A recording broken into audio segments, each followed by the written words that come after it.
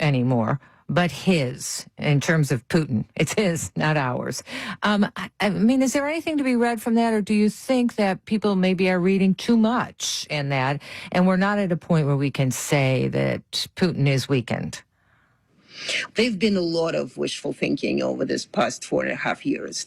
A lot of wishful thinking, because many sources in the West do report this war the way they want to see it rather than the way it is. Putin is weakened. I mean, as I said, Russia is weakened because economy is not doing as well. I mean, actually, economy is not doing well at all. The GDP growth is stalling. It is really more concentrated on the military-industrial complex. Social services are down, as you said. Internet is down, and so on. He's weakened, but it doesn't mean that weakened Russia is not going to fight not to be defeated. And in fact, the more it feels weakened, the more it's going to fight. And let's forget, it's a nuclear power. And as for anonymous sources, boo-hoo, once again. I mean, who is that anonymous source? I mean, and also, by the way, at the beginning, nobody was talking about this as our war. In fact, very few people were talking about our war. The Kremlin talks about our war, but I didn't hear that much of our war, certainly not from the people. It never became a national war the way Putin wanted it. It really is a war that he started, and people for a long, long time tried to ignore or pretend that it's going to be over soon. So once again, I would read all this insights with a very, very much grain of salt. But we can say that there is a weakness. We can possibly also agree that Ukraine is beginning to really transform, right, the politics. So how is Putin? Do you expect Putin will respond to this moment, both domestically and internationally? Once again, I don't put too much into this just because he can change his mind or change his language. But it was interesting that he said that the war is close to be over, whether he really meant it or not, and what kind of a message he was sending. Potentially that's something there. I mean, and he, in fact, interestingly enough, for the first time offered a negotiator from European Union, from Europe, Gerhard Schröder. I mean, it is a very questionable choice. I mean, obviously Putin's choice because he's Putin's friend. Chancellor of Germany in the early 2000s was Putin's friend. Putin suggested that he can meet with Vladimir Zelensky, and for the first time, once again, I wouldn't make too much of it, but I think it's still important. He didn't call him the head of the criminal regime in Kiev, but said Mr. Zelensky. So I'm willing to talk to him if he comes to Moscow or somewhere else, if we sign up a peace agreement. So there's some conciliatory language coming from Russia. The fact is, and for now, whether it's going to be taken as a conciliatory message or it's going to be, oh, Russia didn't mean it, we're not going to talk to Putin, then it will actually define further actions. All right. Nina Khrushcheva is a professor of international affairs at the New School in New York City. Thanks so much for being with us. Thank you. And we'd like to get your help for a story that we're working on. That's right. We've been talking about work, about the job market, and we'd like to hear from you. Yes. Have you struggled to find work? Maybe taken a position not related to your career path? Go to hereandnow.org/jobs and tell us about it. Our producer, Ashley Locke, is looking for a career expert to talk about how people are experiencing the job market. Okay, bring it. Send us your thoughts. And thank you for your help. You're listening to Here Now.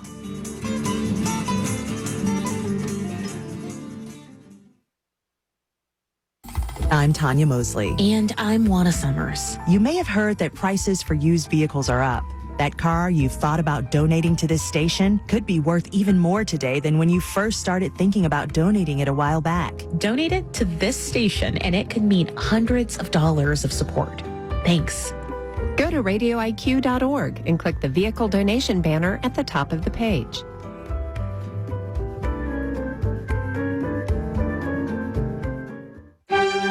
On the next Fresh Air, actor Will Sharp. He was nominated for an Emmy for his portrayal of Ethan, a tech entrepreneur in Season 2 of White Lotus. He's also starred in the TV show Too Much and the film A Real Pain. Now, he stars as Wolfgang Amadeus Mozart in a new adaptation of Amadeus. Join us. That's Fresh Air, Monday through Thursday at 2 p.m. on Radio IQ. Funding for Here and Now comes from MathWorks, creator of MATLAB and Simulink, to design and develop engineered systems, accelerating the pace of discovery in engineering and science. Learn more at mathworks.com. And the Museum of Science, Boston. With winter in the rear view, the museum's spring exhibits include science in action, interactive engineering experiences, and a robot roundup featuring autonomous machines. Information at mos.org. It's Here and Now. Would you like to have an absolutely free cooking class from Christopher Kimball Milk Street Chefs? He, of course, is founder of the America's Test Kitchen franchise. His current empire, Christopher Kimball's Milk Street, a multimedia food institution. It's now celebrating its 10th anniversary. And to celebrate, they are inviting you to a free national online cooking class. You can go to herenow.org to learn more as we welcome Chris Kimball to our studios. Welcome. Hey, a real pleasure. You know, you do these classes here in Boston, Milk Street does, and so this is a rare opportunity for people across the country. How does it work? Do they have to have ingredients laid out? How will that work? No, you can just watch. You can comment, and we'll hopefully answer your questions and watch us do what we do best, I think, which is to teach people how to cook. It's fun, though. It's very interactive, and our teachers are great. Rosie, who runs our cooking school, is just fabulous. Yeah, well, and this is what I love about your radio show, because no question is too small. Speaking of which, we're going to have some of the tips from you. You're known for, testing every ingredient, every technique, every recipe, and batting back what is the conventional wisdom. So when I say nothing's too small, start with what you call the worst recipe directive ever, which is to use pea-sized pieces of butter in your pie dough. You blame Fannie Farmer. Well, I blame Fannie Farmer on lots of things. I once did a whole 12-course meal based on Fannie Farmer. But and what, it didn't turn out? No, I did it on a coal stove, actually. We did it. Oh, wow. Yeah, it was all the old-fashioned stuff. The gelatin desserts were amazing. Anyway, this is something that goes back at least to Fannie Farmer in 1896. And when you make a paste, which in her terms that was pie dough, you cut the butter in until you see pea-sized pieces. Sure. And that, if you want a super flaky American pie dough, which is the hallmark of American pie dough, there is some truth to that, because those pieces... in the heat of the oven, there's air, there's steam, it creates long shards. The problem is it's very hard to roll out that dough because the fat has not coated the flour properly. You get big chunks of butter, they warm up, they get sticky, they stick to the counter. So regardless of flakiness, you can't roll it out. So what are you, if not pea-sized? What? Well, just cut the butter all the way in. I mean, if you've ever spent time with a French pastry chef, for example, they don't use pea-sized pieces. They cut the fat into the flour. So cut it all the way in, like 12 pulses on a food processor. You add the ice water, mix it up, and let it rest, hopefully overnight or at least an hour. And then anybody can roll out the dough. And, at Thanksgiving morning, everybody knows what the problem is, rolling out the dough for the pie. Yeah. So you get a shorter crust. It's not as flaky, but as I said, a French pastry chef isn't going to worry about flaky. Yeah, you rocked my world here. How about the, you say don't preheat oil in a skillet. What? Yeah, well, here's what happens. You put oil in a skillet, you heat it up, then you add your onions for a sofrito, for example, right? Well, it's hard to tell how hot the oil is. So very often, this actually happened to me recently, the oil's too hot, and you put the onion or the garlic in, and it immediately starts to burn. So the best thing to do is to add cold oil, room temperature oil, with the onions, the skillet, heat them up together. People think that's going to make the onions oily. The onions are full of water, so there's no place for the oil can't get in. There's no place to go. So heat it up, and then you can control the heat. The other thing is use your ears. You can hear, if you have any time in the kitchen, if the onions are being sauteed at the right rate, right? It's sort of a pleasant sound. If it sounds angry, it's too hot. And if you can barely hear it, it's too low. So cook with your ears. Some sizzle, just some sizzle. Yeah, a modest, a friendly sizzle. What about sticking with oil? You say never use a high-quality olive oil for cooking. Why not? Well, I don't know if you enjoy opening your bedroom window and throwing $100 bills out. I guess that would be a great idea. No, that's what you do on Saturday morning. It's just as good. It's just as good. No, the problem is really good olive oil is very fruity. It has a lot of aroma. And as soon as you heat it, you lose all those advantages. So those are drizzling oils, right? You'd add that on the top of a pasta dish, or you'd add that in a soup, or even on a steak, because you're not going to heat it, and you can actually taste and smell the wonderful aromas.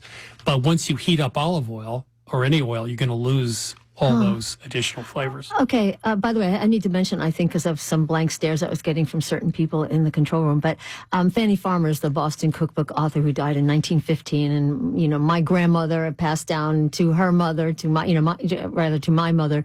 That's who Fannie Farmer was. But here you are, cooking a science. The testing that you do, but you say never trust a recipe, not even yours. Oh yeah, I mean, what? well, okay. The pot you use is different than mine. The top of the stove you have is different than mine. The BTUs it puts out is different than mine. What? The oven is different than mine. So the point is, these are just very generic things. Like cook for 50 minutes doesn't mean anything, or bake for 45 minutes. Check halfway through and then keep checking. Yeah, know your own kitchen. Milk Street's Christopher Kimball, who, by the way, Milk Street is hosting this free cooking class tomorrow. You'll get tips like these, so go to herenow.org for more. Chris, we're going to be visiting your kitchen, so Thank you so much for coming to our studio. Pleasure. Yeah. Here Now is a production of NPR and WBUR. I'm Robin Young. I'm Deborah Becker. It's Here and Now.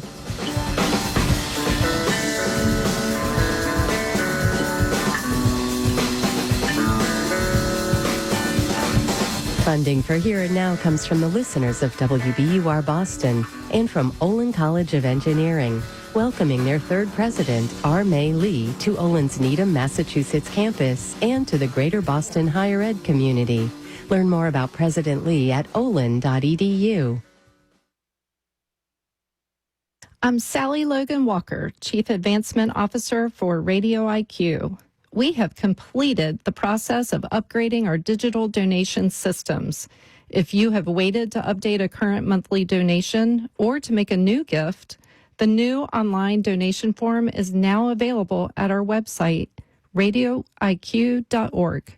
Just click the red donate button. Thank you for your patience, for listening, and for your support. Connect with Radio IQ on Facebook, Instagram, and LinkedIn, and we'll keep you up to date on the latest ticket giveaways, special programming, and more. You can also visit us and stream live at radioiq.org. You're listening to Radio IQ on WVTF Roanoke, WRIQ Charles City Richmond, WVTU Charlottesville, WVTW Charlottesville, WVTR Marion, WISE FM Wise, WQIQ Spotsylvania, WIUR Lexington, WEHC Emory, HD3 of WURV Richmond, and on 92.5 Richmond and 94.9 Fredericksburg. Radio IQ, a listener-supported community service of Virginia Tech, on your smart speaker and online at radioiq.org. Fresh Air with Terry Gross is underwritten by the Davis H. Elliott Company, providing energy delivery services to utility and government partners since 1946. The Davis H. Elliott Company. From WHYY in Philadelphia, this is Fresh Air. I'm Anne-Marie Baldonado in for Terry Gross. Today, actor, writer, and director Will Sharp. You may know him from The White Lotus, where he played a tech bro with a troubled marriage, or from Jesse Eisenberg's film A Real Pain, where he played a Holocaust history tour guide. He'll talk about what it was like acting with both Eisenberg and their spontaneous co-star, Kieran Culkin. Kieran was like, hang on a minute, why would I stand there? And Jesse would, of course, like very wryly be like, well, this is perfect because you have no respect for me as a director, nor does... Good afternoon and welcome to the City Council recess session for Monday, May 11th, 2026 at 2:00 p.m. City Council meetings will be televised live and replayed on RVTV Channel 3 on Thursdays at 7:00 p.m. and Saturdays from 10 a.m. to 5 p.m. and video streamed through YouTube Live at youtube.com/RoanokeVA. Council meetings are offered with closed captioning for the deaf or hard of hearing. This time I'll ask our clerk, Ms. McCoy, to please call the roll.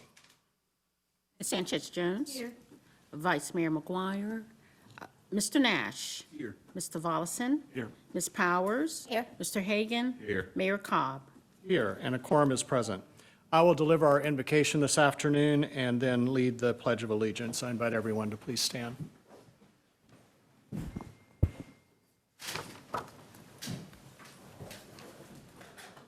Creator of all things, we ask for wisdom and discernment today as we consider the adoption of our annual budget. Guide our hearts to act as faithful stewards of the resources entrusted to us by this community, an investment in the well-being of all residents who call Roanoke home. We thank our city manager and our budget and management team for their tireless and thoughtful work during this process.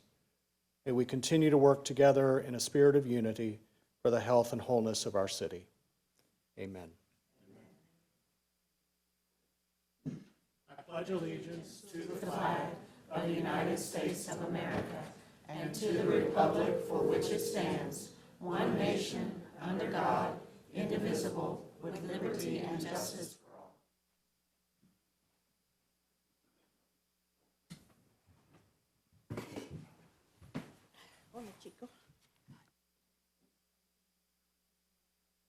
This afternoon, City Council will be considering several items for action in connection with the city's recommended 26-27 fiscal year budget, effective July 1st, 2026, and some other related items. Council conducted public hearings on April 23rd to receive public comments regarding the recommended fiscal year 26-27 budget and proposed tax rate on real estate. And those public hearings were opened and closed that evening. In addition, we held 2 community meetings, which were very well attended over the course of April. We move now into our introduction and consideration of ordinances and resolutions. The first item is a certificate of the Interim Director of Finance advising that funds required for the fiscal year 26-27 general, stormwater utility, civic facilities, parking, risk management, school general, school food, and grant fund budgets will be available for appropriation for the fiscal year July 1st, 2026, and ending June 30th, 2027. There is no action necessary on this item, and without any objection by council, this communication will be received and filed.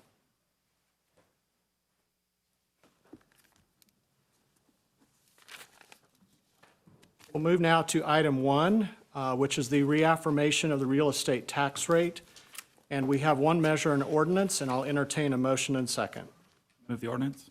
Second. Thank you, Council Members Volleson and Nash. And Madam Clerk, will you please read the title paragraph?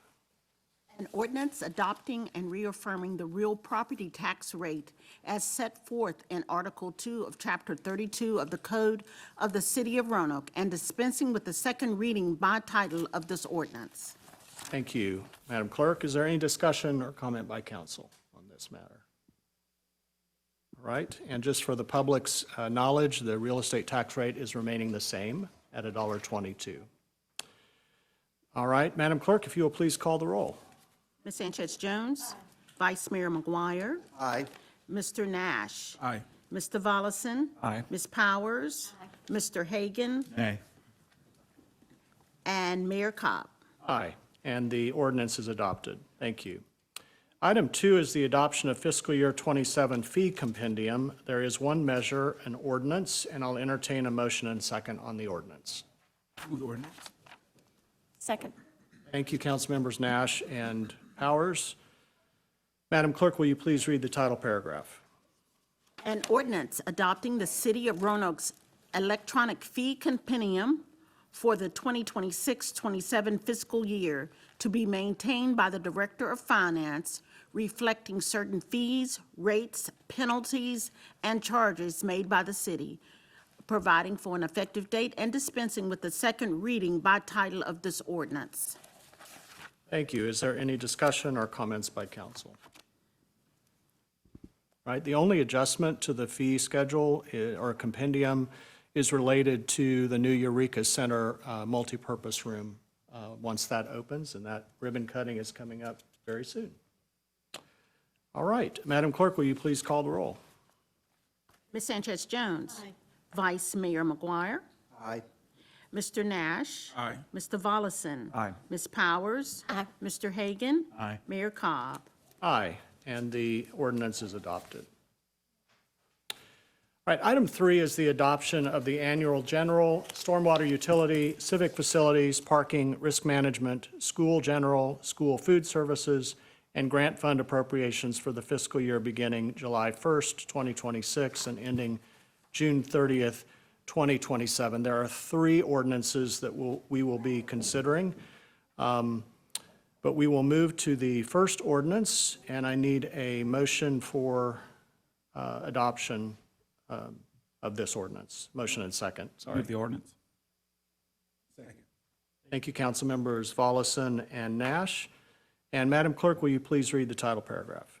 An ordinance adopting the annual general, stormwater utility, civic facilities, parking, risk management, school general, and school food services fund of the city of Roanoke for the fiscal year beginning July 1st, 2026, and ending June 30, 2027, and dispensing with the second reading by title of this ordinance. Thank you. Comments and discussion from council. Ms. Powers, you're good? Everybody? This is on the budget as a whole that we're voting on, and then we'll, Then yes, I do. yeah, then the next 2 ordinances will be related to the appropriations. Okay, Ms. Powers? Thank you. I just have a few things that I want to say about this budget. After a lot of thought and consideration and discussions with colleagues and others, I've decided to vote to approve this budget. There has been a significant amount of effort put into balancing priorities in an incredible, challenging financial environment. And I want to be clear, that while I will be supporting the approval of this budget, my support comes with high and clear expectations that I expect city administration to actively manage this budget. This budget should not be treated as a fixed budget, but analyzed and actively managed as our fiscal reality evolves with a lot of changes. Constant oversight and departmental budgets, along with thoughtful, deliberate, and disciplined control of expenditures must be maintained each and every day going forward. It's not only our role, but our responsibility to deliver high quality and reliable services to each and every one of our taxpayers. This delivery of service has got to be efficient, and city staff and elected officials should be held accountable for the quality of our services. We are not spending our money, we're spending your money. So every tax dollar spent requires responsible stewardship, and we have an obligation to our citizens to be transparent and deliberate in how we spend your money. I also expect and know that each of us up here want to make sure that we receive regular, detailed financial reporting from city management so that city council can both monitor successes as well and understand where we are not, when we are not meeting our goals. So we must anticipate challenges early, avoid unexpected surprises, and recognize that it's okay to course correct if things are not going well. With all this said, I want to thank all of our city staff who has worked very, very hard on this, and I want people to know that this has not been an easy task for any of us. It's been very hard, and I hope that at the end of this, we will see a lot of changes in the coming months. But please, please, let's respect each other. Let's remember that we all do care about this city, and we all do care about the education of our kids and what each and every one of you do. But when we can collectively sit down and work together and be respectful of each other, we will meet our goals. But if we're going to continue to combat each other, we won't meet our goals. So I just want our city staff to know how much I do appreciate them. So thank you. Thank you, Ms. Powers. Are there other council members who'd like to make any comments or any discussion? Mr. Volleson? I think that was well put, Ms. Powers. And I also want to thank the city staff for their hard work on this budget. It was not easy. It has been a year plus, and we've been, ever since Ms. Turner got here, she made it clear that we are doing budgeting that is year-round. And so I appreciate that and look forward to next year's budget and keeping it as you have this year's budget on track. I also would like to say that you might hear a few nays from over there on the other side of this dais. And I think that's unfortunate because we have all worked on this together. We're all aware of what's going on in our city, and any vote nay is only a political expedience. Other comments? So I'd like to just share some reflections. I appreciate Councilwoman Powers giving that really thorough overview. I think it's indicative of the challenges that we're facing, particularly in such an uncertain time. This adoption process culminates a thoughtful and thorough review of both our revenue projections and expenditures in crafting a balanced budget, which we are required to do by law. And I do believe it reflects the commitment to our residents, our businesses, our workforce. And here are some things that this budget prioritizes. Compensation for city employees, including a 2% pay increase, bringing all city employees to a living wage, and continuing our commitment to the step pay plan for public safety employees. Prioritizing funding for Roanoke City Public Schools with a year-over-year increase in baseline funding and projected growth for next year, along with a commitment to working closely with our school board and RCPS administration to strengthen our relationship. Just this last week, our city manager and I and our school board chair and the superintendent had a very good meeting together, and we've scheduled upcoming meetings together, and so that's a reflection of our commitment to this work together. This budget includes base budget reductions across every department while maintaining essential services, including public safety, social services, road and transportation infrastructure. It includes a revised capital improvement program focused on paying down debt service while continuing to prioritize essential capital projects and sustaining a strong credit rating for our city and reserve funds. It includes funding for external agencies through a new funding application process whose partnerships are essential in delivering quality of life programs for our citizens. All of this was done without raising taxes, while adjusting to a significant slowing of revenue projections and a thoughtful reduction in expenditures. The steps taken in creating this budget position us for a healthier outlook in the short term while we continue to monitor departmental spending and navigate the uncertain state and federal funding landscapes. I want to say this too. As we look ahead to this new fiscal year, I believe this council and this administration are committed to strong fiscal management, creative and collaborative engagement with our educational, business, and regional partners to grow our city's economic vitality, especially through workforce development efforts. These efforts and the pathway that we are creating are absolutely essential to our continued economic growth. We are also committed to enhancing our essential services and quality of life opportunities, and overall continuing our focus on the long-term health and wholeness of our city. I too want to thank our city manager, our budget and management team, and everyone who's participated in this process, the countless hours that you've put in. I also want to thank our citizens for showing up consistently. In the 8 years that I've been on city council, this is the most engaged the community has ever been in the budget process. And I think that's indicative of our holistic commitment to this work, and I hope to see that continue. So thank you all, and manager, and to your team, thank you. Are there any other comments at this point? All right, then we will move ahead with the first vote on this ordinance, which is to adopt the budget as a whole. And Madam Clerk, I will ask you to call the roll. Ms. Sanchez-Jones. Aye. Vice Mayor McGuire. Nay. Mr. Nash. Aye. Mr. Volleson. Aye. Ms. Powers? Aye. Mr. Hagan? Aye. Mayor Cobb? Aye, and the ordinance is adopted. Our second ordinance on this matter is to appropriate the annual adopted budget for general stormwater, utility, civic facilities, parking, and risk management fund of the City of Roanoke for the fiscal year beginning July 1st, 2026 and ending June 30th, 2027, and dispensing with the second reading by title of this ordinance. And I just did your job, Madam Clerk. I read the whole thing. But I'll have you go ahead and read it again into the record.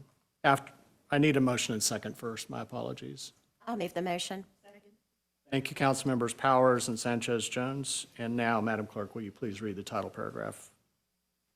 An ordinance appropriating the annual adopted budget for general, stormwater utility, civic facilities, parking, and risk management fund of the City of Roanoke for the fiscal year beginning July 1st, 2026, and ending June 30, 2027, and dispensing with the second reading by title of this ordinance. Thank you. Any discussion on this item by council? All right, Madam Clerk, will you please call the roll? Ms. Sanchez-Jones? Vice Mayor McGuire? Nay. Mr. Nash? Mr. Volleson? Aye. Ms. Powers? Mr. Hagan? Nay. Mayor Cobb? Aye, and the ordinance is adopted. Our third ordinance on this item is now under consideration, and before we move into this, I will ask Vice Mayor McGuire and Councilwoman Sanchez-Jones to please read their statements into the record. I, Stephen Terry McGuire, state that I have a personal interest in Agenda Item 2, Number 3, relating to the adoption of the annual School General and School Fund Services Fund budget for FY27. Because I am an employee of Roanoke City Public Schools, and as an employee, I have a personal interest in this transaction. Therefore, in accordance with Virginia Code Section 2.2-3112, I will refrain from participation in this matter. I ask that the clerk accept this statement and ask that it be made a part of the minutes of this meeting. Vice Mayor. I, Vivian Sanchez-Jones, state that I have a personal interest in Agenda Item 2, Number 3, relating to the adoption of the annual School General Fund and School Food Services Budget Fund for FY27. Because I am an employee of Roanoke City Public Schools, and as an employee, I have a personal interest in this transaction. Therefore, in accordance with Virginia Code Section 2.2-3112, I will refrain from participation in this matter. And I ask that the clerk accept this statement and ask that it be made a part of the minutes for this meeting. Thank you. Thank you, Councilwoman.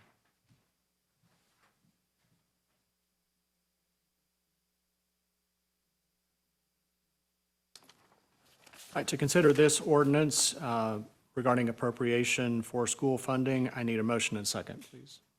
Move the motion. Thank you, Councilmembers Powers and Volleson. Madam Clerk, will you please read the title paragraph?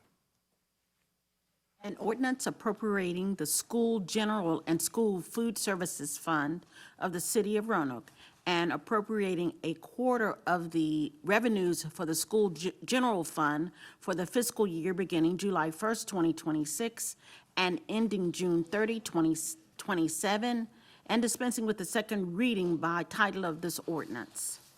Thank you. Any discussion by members of council? Madam Clerk, will you please call the roll? Mr. Nash? Aye. Mr. Volleson? Aye. Ms. Powers? Aye. Mr. Hagan? Aye. And Mayor Cobb? Aye, and the ordinance is adopted.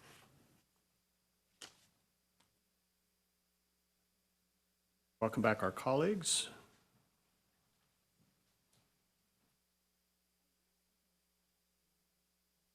Our next item for consideration is the endorsement of the Capital Improvement Program update for fiscal year 27 through fiscal year 2031. There's one measure, a resolution, and I'll entertain a motion and second on the resolution. Move the resolution. Second. Thank you, Councilmember Hagan and Nash. Madam Clerk, will you please read the title paragraph? A resolution endorsing the update to the Capital Improvement Program submitted by the city manager in the city manager's report of May 11, 2026. Thank you. Any discussion by members of council? All right, Madam Clerk, will you please call the roll? Ms. Sanchez Jones? Aye. Vice Mayor McGuire? Nay. Mr. Nash? Aye. Mr. Volleson? Aye. Ms. Powers? Mr. Hagan? Aye. And Mayor Cobb. Aye, and the resolution is adopted. And item 5 is the adoption of a pay plan for officers, employees, council-appointed officers, and constitutional officers of the city, and authorization for certain salary adjustments and merit increases and monthly stipends for certain board and commission members effective July 1st, 2026. We have one measure and ordinance, and I'll entertain a motion and second. Move the ordinance. Second. Thank you, council members Volleson and Sanchez Jones. Madam Clerk, will you please read the title paragraph? An ordinance to adopt and establish a pay plan for officers, employees, council-appointed officers, and constitutional officers of the city effective July 1st, 2026, providing for certain salary adjustments, authorizing specific annual pay supplements, providing for an effective date, and dispensing with the second reading of this ordinance by title. Thank you, Madam Clerk. Any discussion by members of council? Right. Madam Clerk, will you please call the roll? Ms. Sanchez Jones? Vice Mayor McGuire? Nay. Mr. Nash? Aye. Mr. Volleson? Aye. Ms. Powers? Mr. Hagan? Aye. And Mayor Cobb. Aye, and the ordinance is adopted. Thank you all for your presence today. This concludes all of our business this afternoon, and this council meeting is adjourned. I want to play a clip